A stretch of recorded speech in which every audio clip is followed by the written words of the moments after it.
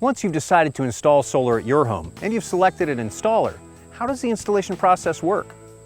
Well, the bulk of the time it takes to install a solar array comes before a single panel is lifted to the roof. Once you sign a contract with your installer, they'll complete a system design for your home, and you'll have the opportunity to make changes. Remember that you may need to have structural or roofing work done before the site is ready.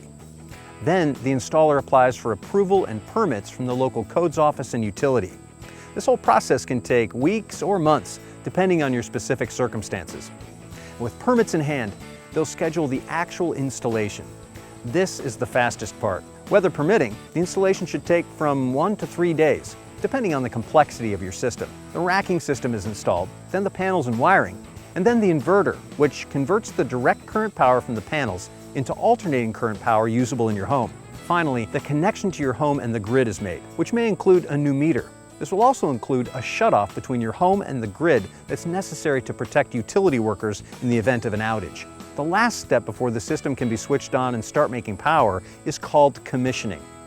Commissioning is a detailed inspection, usually done by the utility, which ensures the system is installed safely and correctly. While the inspection itself may only take an hour or two, scheduling the visit may take from a few days to a few weeks, and processing of the paperwork may add time to that. While this wait can be frustrating, remember that a safe, properly installed system will function for decades, so patience pays off. With the inspection complete, the utility connects your system to the grid, and it's time to flip the switch to solar.